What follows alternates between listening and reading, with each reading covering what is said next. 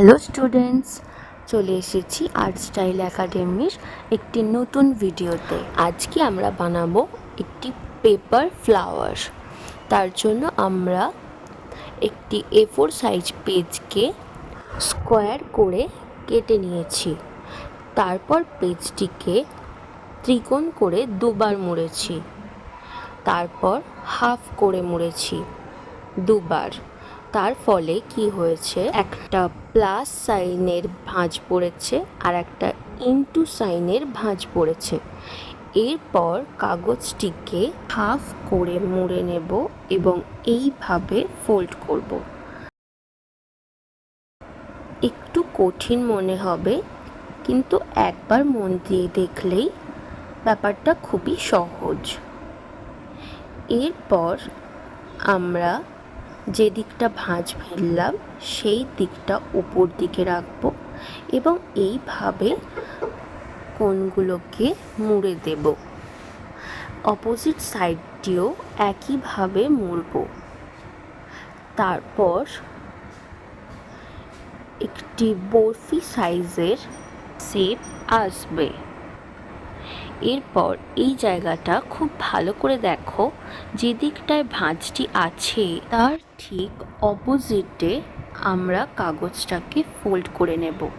দেখতেই পাচ্ছ আর ভাঁজটি দেখা যাচ্ছে না। এবার যে দিকটায় এই উইংসগুলো বেরিয়ে আছে সেই দিকটা নিচের দিকে রাখব এবং এইভাবে উপর দিকে কাগজটাকে ভাঁজ করব।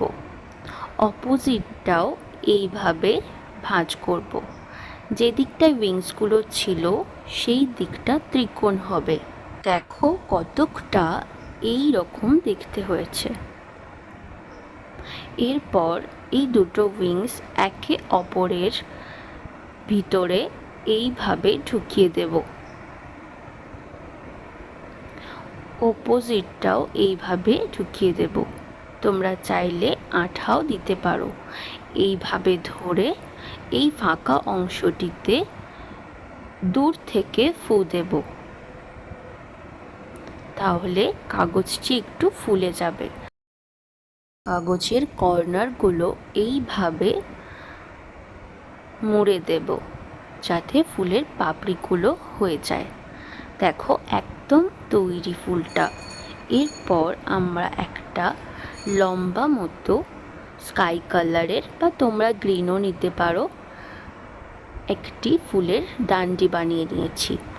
ব্যাস, আমরা ফুলটি এইভাবে জুড়ে দেব। একদম তৈরি হয়ে গেল আমাদের পেপার ফ্লাওয়ার। সবাই কমেন্টে জানাবে অবশ্যই এটি কেমন লাগলো তোমাদের, আর চ্যানেলটিকে সাবস্ক্রাইব করতে ভুলবে না। দেখা হচ্ছে পরের ভিডিওতে।